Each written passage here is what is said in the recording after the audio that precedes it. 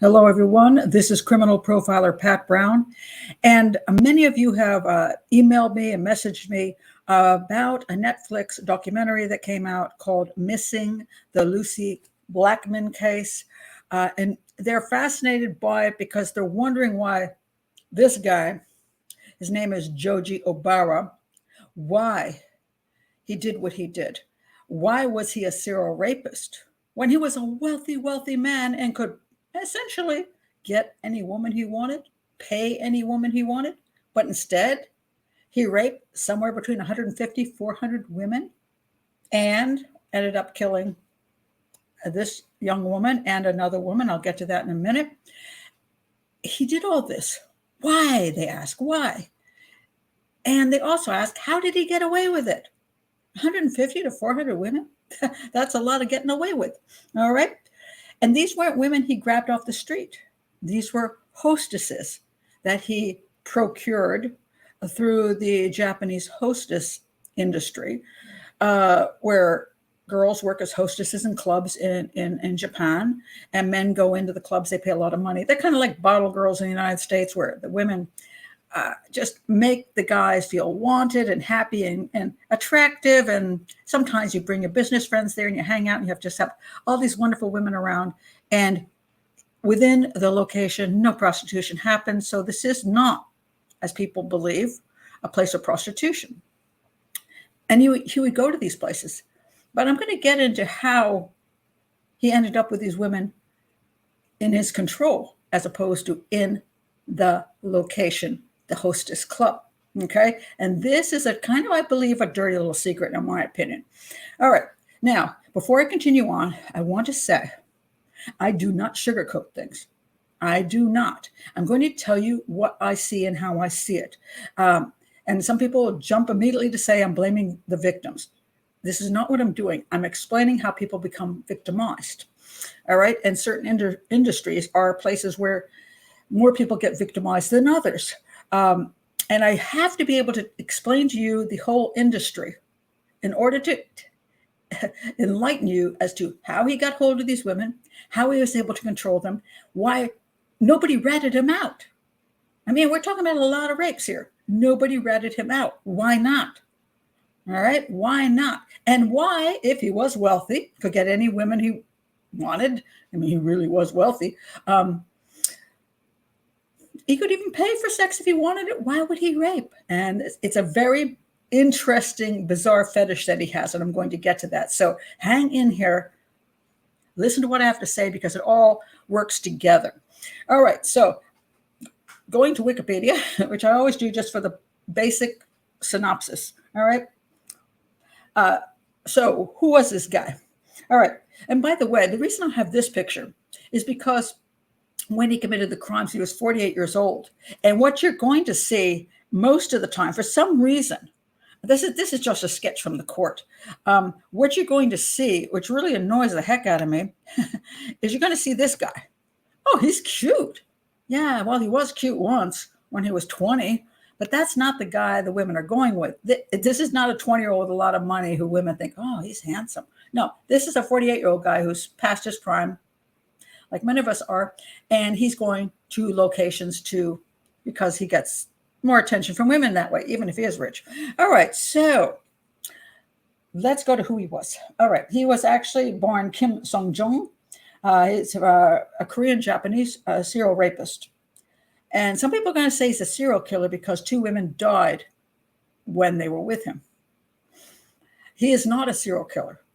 He is a serial rapist who had 2 bad moments. I put quotes around the moments. In other words, he didn't intend to kill the women. Unfortunately, they died. I'm sure he wasn't thrilled either. That wasn't his purpose. His purpose wasn't to enjoy the murder of women. That was not his thing. Okay, so he's not a serial killer. He just didn't do his job properly, shall we say. All right. He's a Korean Japanese serial killer. He changed his name. So to his name, he changed it legally to a Japanese name, I believe, Joji Obara, who raped between 150 and 400 women. He was charged with drugging, raping, and killing a British woman. Now, mind you, he essentially the concept is that he drugged and raped many, many women, all right? That they were not conscious when he was doing what he was doing. And some people will say that's because they had no intention of having sex with them and he had to drug them. But that, I don't believe that's exactly what's going on here. And I will explain this because this proves something about his fetish, all right? So anyway, he was charged with drugging, raping, and killing a British woman, Lucie Blackman, in October 2000, and the rape and manslaughter of an Australian woman. Let me pull her picture up here. And she, this particular woman here, Carita Ridgway, she was also working as a hostess, and also the rape of 8 other women.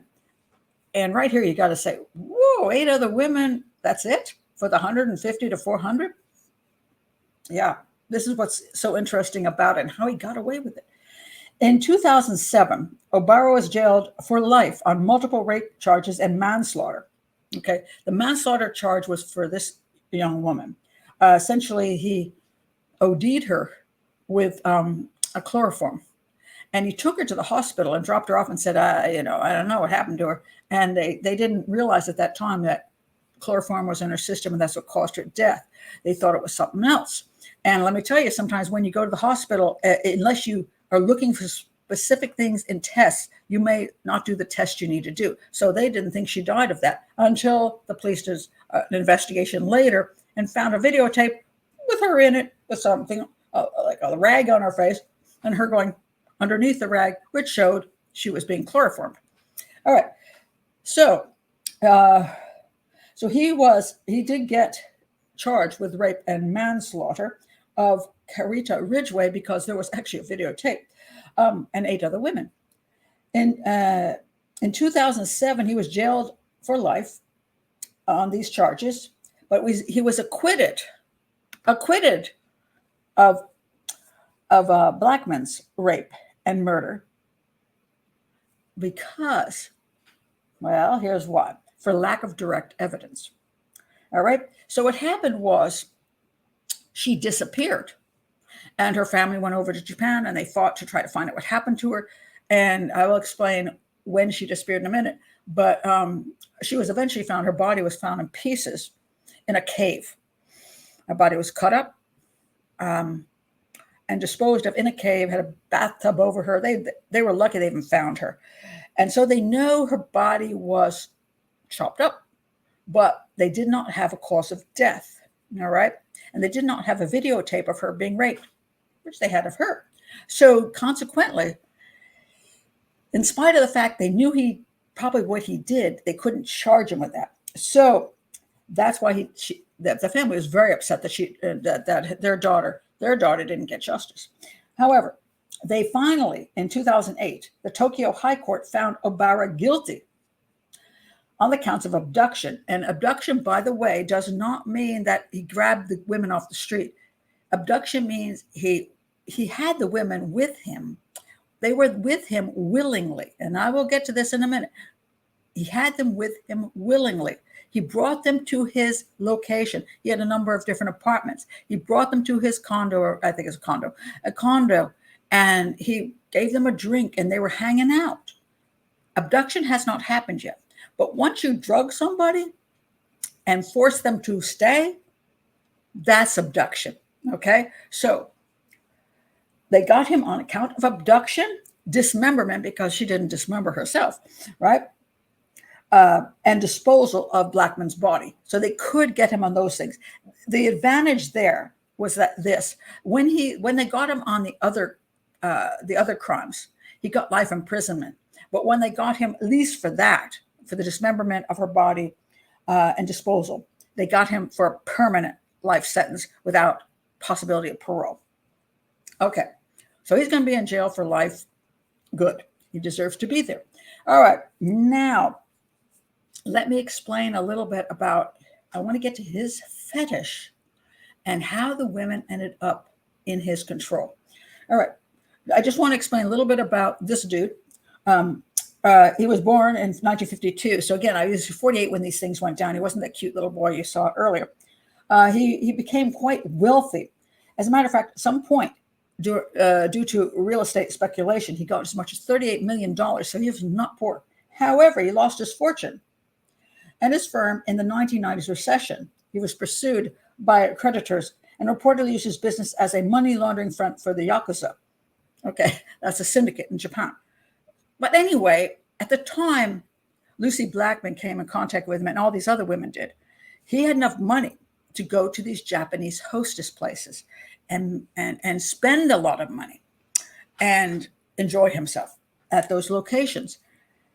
But nothing happened to the women at those locations. What happened outside of those locations. All right, I'm going to explain to you how this works. And this is important to understand, because if you don't understand it, you don't understand why he did what he did. All right. So, all right. What happens in the Japanese hostess locations?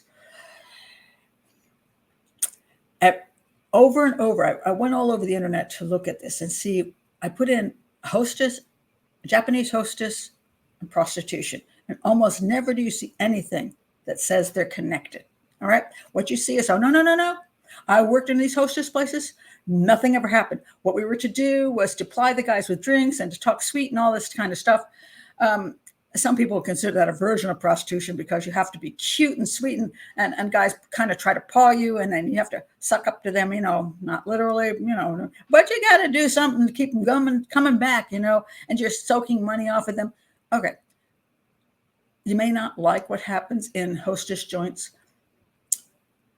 but it's not illegal prostitution. It is not. So men come to those places oftentimes with workmates, especially if they're trying to get a good deal. You bring your workmates, or maybe, you're trying to get some kind of contract with somebody, so you bring them there. And what you got are beautiful women. And instead of just sitting there with a bunch of guys, you get the beautiful women to sit next to you and talk to you, make you feel good and all this kind of stuff. All right. All well and good. So there are many women like Lucie Blackman who go to these locations because they hear about this. Oh my God, I can live in Japan. And Japan's an expensive place. All right. You can teach English in Japan and make some money. But let's face it, it's hard to make money in another country where you don't speak the language. But you can get a job as a hostess. And if you're pretty, and she's pretty. And so she was excited. She was once an airline's flight attendant, but she decided, maybe she was tired of flying about, and she decided, hey, I can go and spend time in Japan, and I can be a hostess, and I can make a lot of money. It's cool. And so that's what she started out to do. Okay. And so many girls do this, and there's different kinds of women that get involved in this. One is women from the Filipinas, and they are under incredible contracts.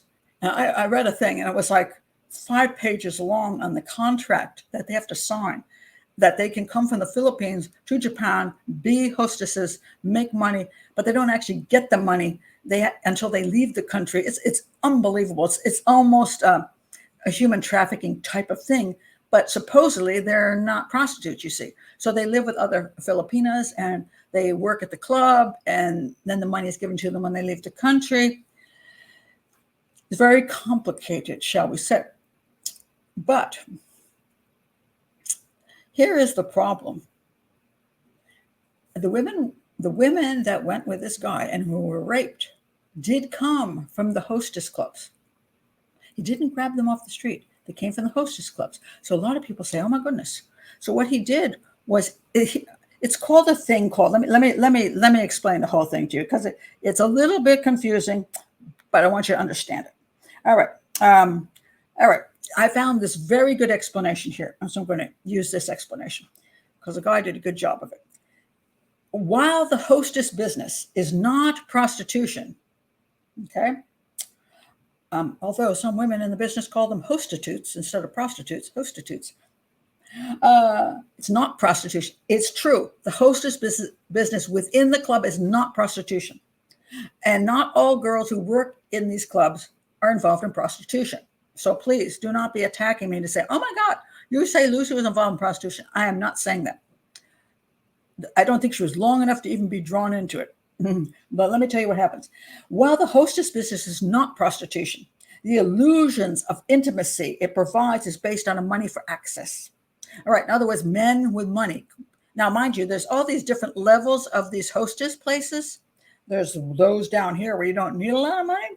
And there's those up here where you need a whole heck of a lot of money. All right. The guys with money, this guy, would go to this level. Very fancy club, beautiful women, and they pay a lot to access these women, not as prostitutes, but just to be around them and to flirt and to all that kind of stuff. The more money men spend in the club, the more likely a hand lingers on the thigh, etc. In other words, this is what you have to understand. When you're a female working in one of these locations, and actually there's some locations where males work, okay, you know that you want to make money. And people always say, well, they're making good money anyway. They wouldn't need to go a level higher. In other words, do something more for more money. Do you live under a rock? People can be bought. Anybody can be bought if the price is good enough. All right. So, oh my goodness, this is a guy who's a wonderful client. Oh my God, he wants to put his hand on my thigh. But he's one of my best clients. Am I going to say no? So the more money you pay, the more the hand goes where the hand wants. A bigger problem is what is called, quote, Dohen. All right. This is where the big issue comes in. What is Dohen? Dohen means essentially going out for dinner dates with clients who then bring the hostess to the club. Now, this is where prostitution comes in. Dohen is, okay, so you go to the club in the evening and your clients come in and you make them happy and comfortable and you flirt and all this. This is all okay. Nothing untoward is happening in the club. But then you have the option, and I'll put quotes around option, of going on a thing called Dohen, which are dates. So what you do is before they come to the club, you go out for dinner with them. And, you know, they pick you up in their fancy car, like he had a whole bunch of fancy cars, in a Lamborghini or something. They pick you up in the fancy car. You go out to a really super fancy restaurant. You are their date. Now, mind you, most of these guys that are coming to this to the club looking for female companionship as opposed to just bringing the guys from the office, they either maybe not so happily married, maybe they're single and never got married. They want a female to be with them. So you could say, okay, they want to have companionship for dinner. Hey, I'm a single woman. I'm 68. Believe me, I don't get too many companions for dinner. Kind of sucks. But hey, that's the way it is. I eat most of my dinner in front of a television set and I watch Chopped. Okay. Maybe too much information. But anyway, this is the reality of life. I mean, so you get to a certain age, this guy's not 48 years old. He's kind of wealthy enough. You think he can find women, but still he's not the cute little guy anymore. So they bringing a woman to dinner. Okay, so he wants some female companionship. Cool. Pay a little bit of money and you get somebody fun. And unlike women you take to dinner who are not being paid, those women can be a pain in the butt. They're like, so tell me, I want to talk about myself. I want to know what you're going to do for me, blah, blah, blah, blah, blah. And they're harsher kind of people because they're standing up for themselves. But a paid dinner mate is like, oh my God, you're so wonderful. Oh, this is fantastic. I love this place. Oh, you're such a handsome man. That's their job, is to butter up the companion. So could this man just be paying for dinner mates? This is called Dohen. So the women who work for these, their hostesses, have the option of doing Dohen. So instead of just coming to the club later in the evening, they go to dinner with one of the selected and fine customers of that particular location. And they go to dinner and just keep him company. And then after that, he's supposed to bring them to the club and spend more money. So the concept is nothing happens on the date. Nothing happens on the Dohen. They're just having dinner, and then she's suckering him into spending more money, coming to the club. If you believe this, you don't understand human nature. All right. So it points out here, along with showering the girls with gifts, it provides and I love the way this guy says this, illusion / opportunity for a sex for money transaction to take place if / when both parties are interested. The ambiguity, and this is what Japan is famous for, ambiguity. So in other words, you don't want to say right up front, hey, dude, pay me $1,000, I'll sleep with you. There's an ambiguity here. And that way, it's very important. The ambiguity of the thing encourages both sides to behave in morally repugnant ways without openly admitting they are prostitutes or Johns. Now, it is also fascinating that a lot of these hostess clubs will say you have to do 3 to 5 Dohens a month. Why are they forcing you into Dohens? Because they're customers who come in there get a little annoyed when they're spending that much money and they can never, ever get a woman. Now, they may be willing to be strung along for a while, but after a while, they're like, hey, I'm spending a fortune in your joint. I want a Dohen with these ladies. And the Dohen does not mean just dinner. And interesting enough, all his Dohens happened in his condo. You know, he didn't rape these women on the dinner table at a restaurant. He raped them at his own location. So those Dohens included going to his place. All right. Now, let me explain why women end up in the Dohen situation. Mind you, also, there's also a thing. Dohen is the dinner before they come to the clubs. But after the night is over, there's also what they call afters, which are not supposedly forced on, but some women do afters. Well, what the heck are afters? Going to another club to drink more? Or are they after something else? All right. I'm going to explain something from my own experience because I definitely have this experience. When I was 19 years old, I went to California, went to LA, Hollywood, to become a model / actress. I was qualified to be a model, but I think my actress skills were lacking. But anyway, I became an extra in the movies. I did a lot of extra work. But because I wanted to do extra work, which is during the day, I needed something to do at night. Oh, but before that, I also saw this advertisement, and it was for going to Japan to be a hostess. And then I was like, oh, I'm excited because I love traveling the world. I just come back from West Africa. Oh, I could go to Japan. And then I said to myself, but are the Yakuza involved with these hostess places? Am I going to be the hostess with a mostess? You know, what is really going on? So I decided not to do it. Instead, I decided I'm going to continue with my attempt because the casting couch was there and I never got on it. I'm going to do extra work during the day. And I'm going to hope somebody finds me. And I need to make some money in the evening. You know, what could I do so I could have my days available? So I found this job as a dance hall girl. And just so you can see what I look like then, because this is not making money. All right. That's what I look like. Mm-hmm. Woo, 19 years old. Yes, it was a Playboy photographer, but I did not sleep with him. I did not. I do not protest this too much. I really didn't sleep with the dude, but I paid him for this very, very Playboyish type thing. I did get an offer from Penthouse for $25,000, but I turned that one down because I was not stupid enough to want my naked body in print forever. And that was the days before the internet. But I looked like that. So I saw this ad, and the ad was for Dance Hall Girl, which is a really low-class American version of a Japanese hostess. I applied for it because I had no idea what it was. And so what they told me it was I would dance with guys like this, like slow dance around the floor. Now, mind you, I had been a ballroom dance instructor with Fred Astaire Studios.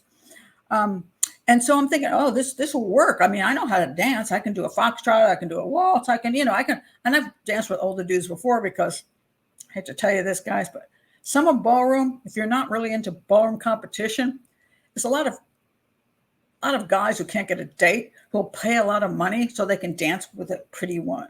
It's kind of like a Japanese hostess situation. And women who can't get a date, or maybe they're getting too old to get the handsome young man in their arms, will pay $100 an hour just to be danced around the floor by a handsome young man. So it's the same situation. So anyway, I go to this job and I apply, and they're like, "Whoop, she's attractive." They tell me every time I dance with a guy, he has to hand in a ticket. He buys like a carnival. He buys like a bunch of tickets, and he rips one off and hands it to the girl he picks out of the line. And I was pretty good looking, so I'm sitting there, and I that evening I worked the first evening there. I had more tickets than any other girl. I was so proud because I had tickets like up to here. They were on that rubber band. I kept sticking them under there. They just grew and grew, and I'm like, I'm dancing around. I'm like, they're like, And then I finished the evening. I went home. The next day I arrive at the job and my boss goes, "What the heck?" I'm like, "What do you mean, what the heck?" He goes, "I know a bunch of those guys want you to like have an after with them." This is what they call it in Japan, an after with them. I'm like, "Well, what are you talking about?" And they're like, "You didn't go home with anybody." I'm like, "No, I'm just here to dance around the floor." And he goes, "Are you kidding me? Why do you think the guys come here? Just to dance with women? No. This is where they find the woman they want to be with after." In other words, the manager is basically a pimp. The girls are basically prostitutes. And what happens is the guys come there because they don't want to grab girls off the street, and they dance around with the girls. And when they find one they like, they mention to her maybe they could go someplace afterwards. And that women do, because if you don't, you get fired, which was what happened to me. I got fired because I said, "I'm not doing that." And that was the last day I worked. I worked one day and I got fired because I said, "I'm not doing it." But that's how it works. So now you go back to, let's go back to Japan.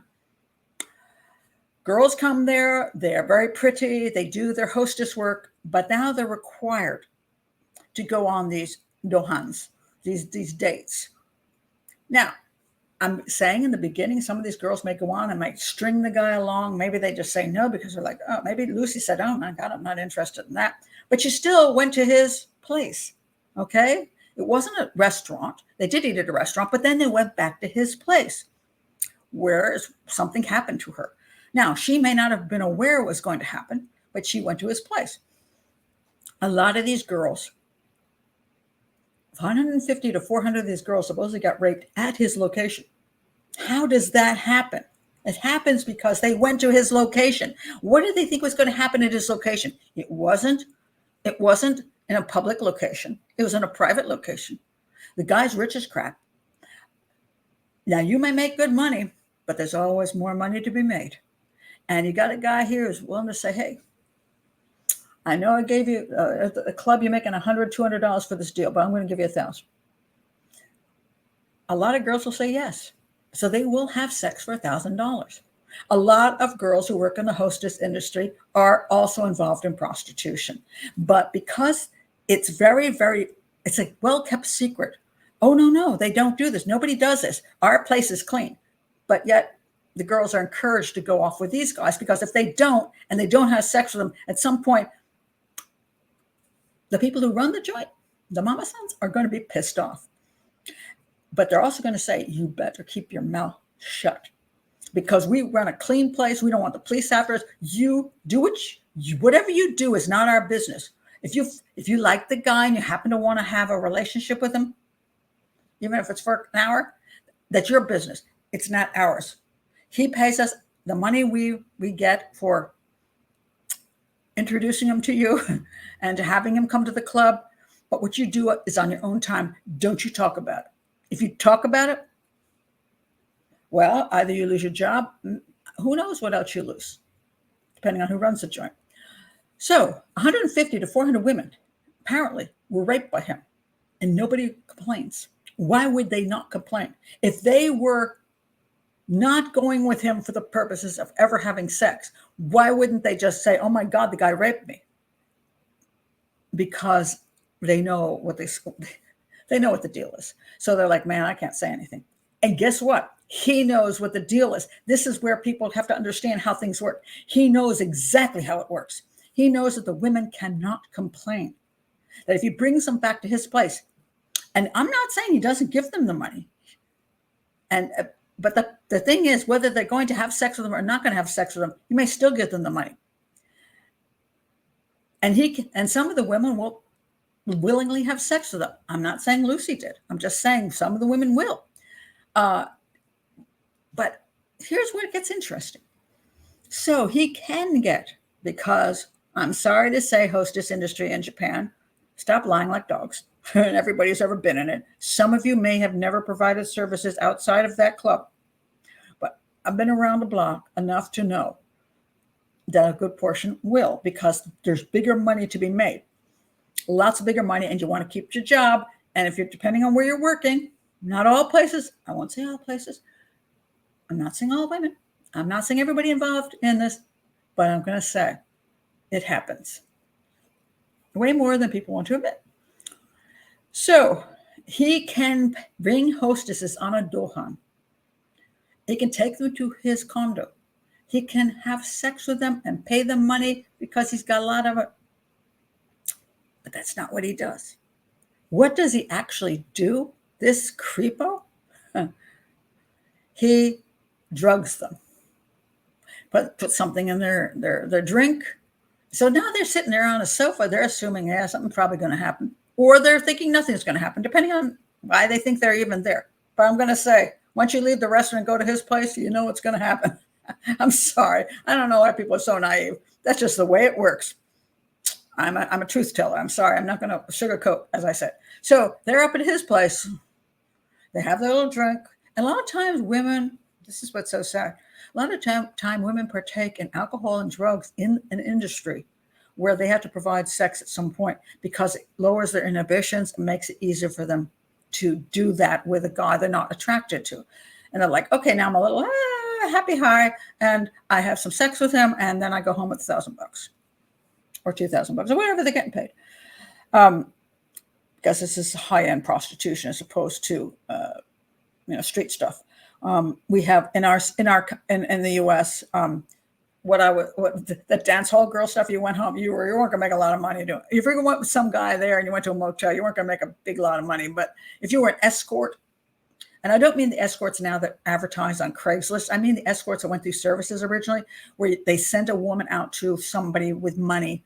And some of these escorts make a crap load of money. Sometimes they even become, he's now my boyfriend and not your mistress, but he gave you a condo to live in and a whole lot of money every month. But no guy who hires an escort is just hiring her to go to dinner. He might go to dinner with her, but he's going to expect a little bit of a dessert. So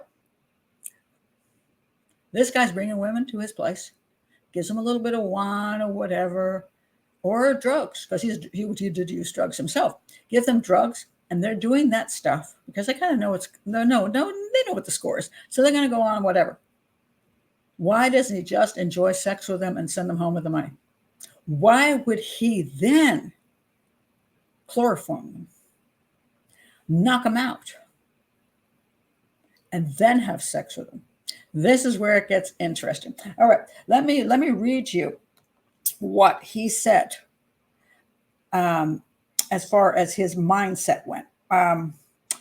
He said, police found extensive journals in which Obara made reference to conquest play. Conquest play. Now, mind you, I also I didn't get to read the rest of this to you. From the guy who was writing about how things really work with hostessing, he said also this. All that said, the incredible popularity of these establishments in Japan and the high prevalence of both young women, upper teens to 20s on the one hand, and foreign women on the other, he liked white ladies, suggests that Japanese men are highly dissatisfied with conjugal life. I don't know if that's true, but he wrote that. They aren't necessarily seeking prostitutes, since they have that is readily available elsewhere. Well, yeah, you can get sex at home or you can get sex cheap, but that doesn't mean you want sex cheap with some skank from the, sorry, I'm going to be honest again. Somebody's going to be mad at me for that. All right. But some girl from the street, as opposed to a beautiful woman. I'm not saying again, this was her first Dohan. She probably had no idea what this was all about. I personally think she didn't had a clue. I don't think she was involved in prostitution. Let me just say that straight up. I do not believe that. She was there for such a short time. I think she thought she was a hostess and went out on a proper date. Didn't realize what was going to happen. They aren't necessarily seeking prostitutes, since that is readily available. They are seeking femininity, companionship, the thrill of potential conquest, and so on. Potential conquest. Now let's go back to what this creep said. Conquest play. So part of the thrill of the hostessing thing, and the reason that some of the women can string these guys along without having sex for quite a while, is because they like the idea of conquest. It's a game that you keep working with that woman and you to the point where you succeed. And a clever hostess, or hostitute, as some would say, strings the guy along and gets him more and more excited, more and more willing to give out more money for the big moment. So it's almost a kind of weird virginity thing, where some men will pay a heck of a lot of money to have a virgin rather than a woman who's been around a wee bit, for them to fight to get this woman in their bed is a conquest play. He liked that.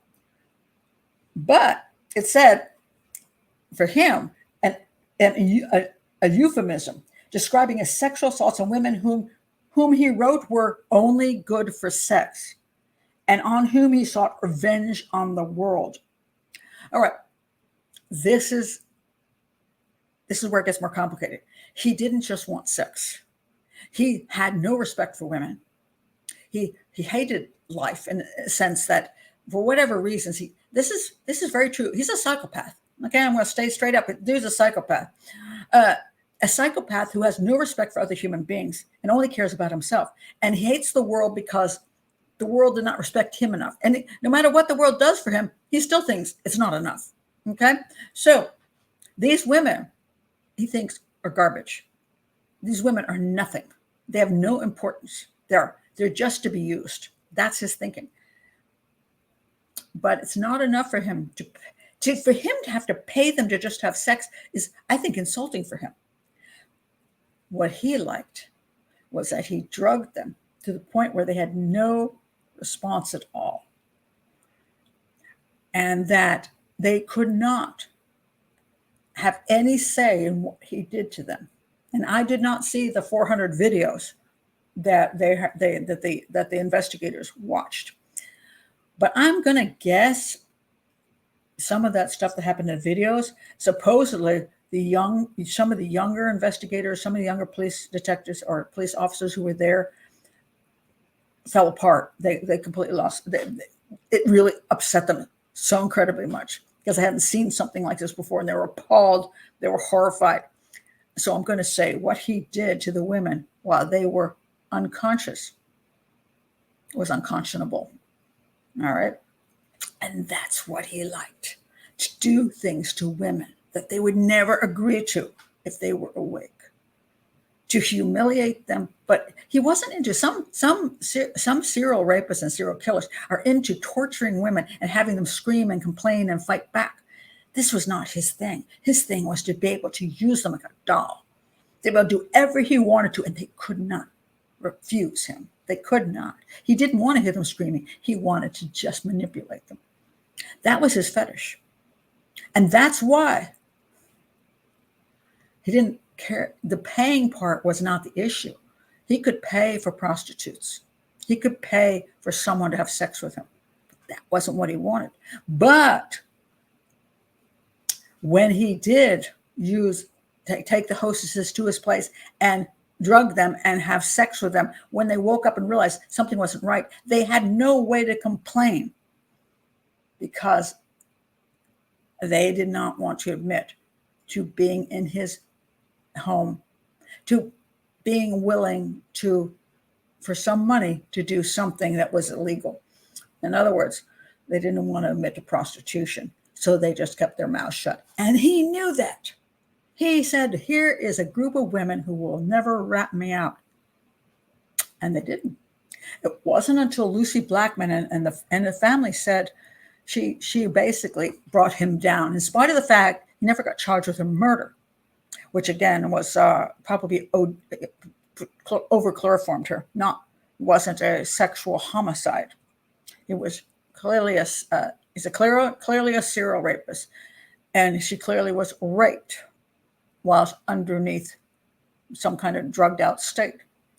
But his thing wasn't about killing. His thing was controlling and having them be completely docile. And she was that, but then she died. And they didn't know what to do with her. The last girl he took to the hospital, and that was risky. He almost got caught.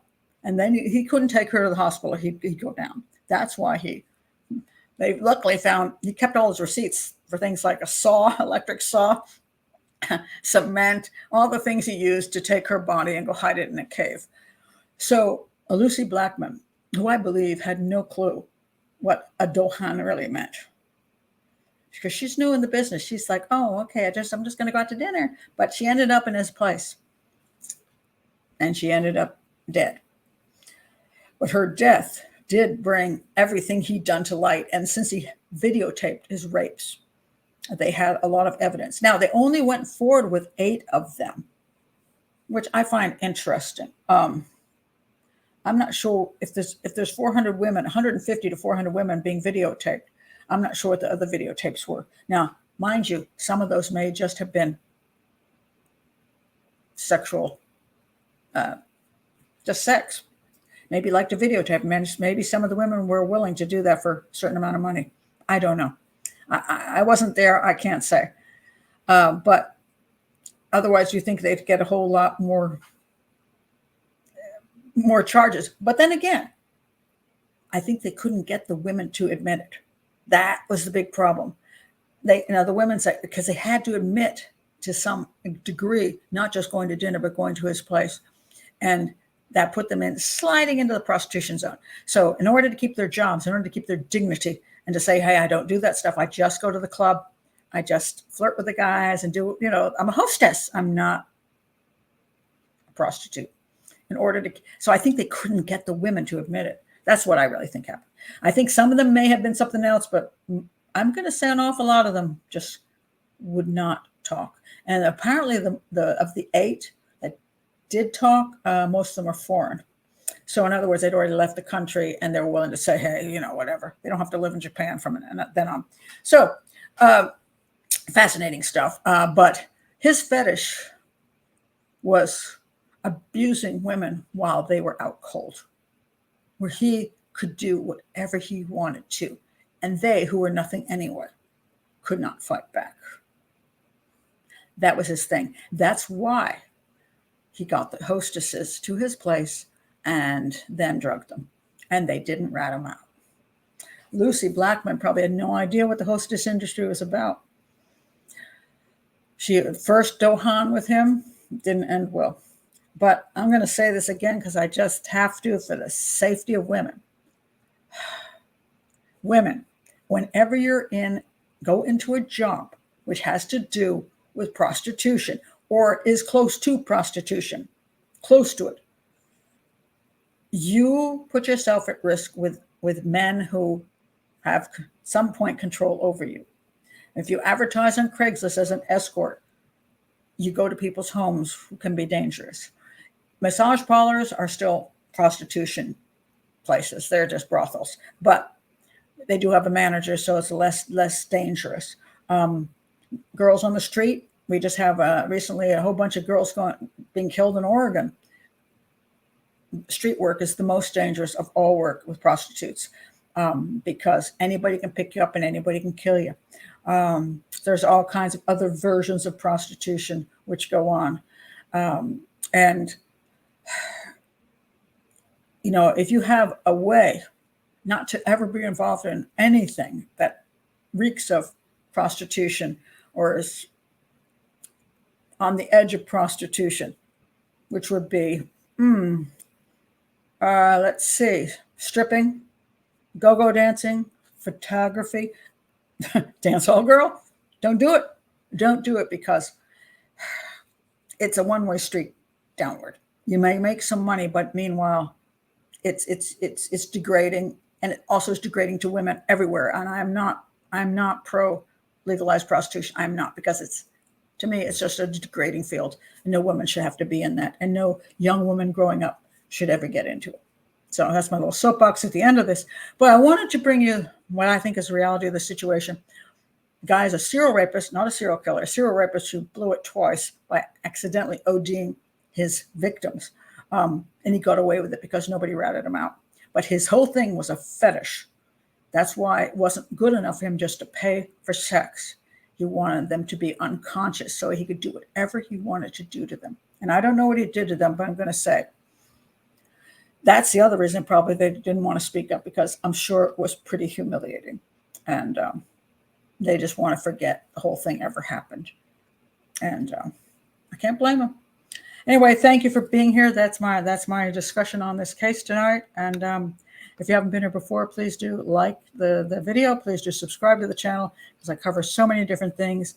If you have a case you're particularly interested in, please go to the search engine in YouTube, put in Profiler Pat Brown, and whatever the case is, a name or whatever, and you'll often find that I've already done a whole video on it where I analyze the crime. And yeah, it's probably already out there, but also just check my playlists and you'll find a whole lot of stuff here. So anyway, thank you for being here, and please, women, don't become hostesses.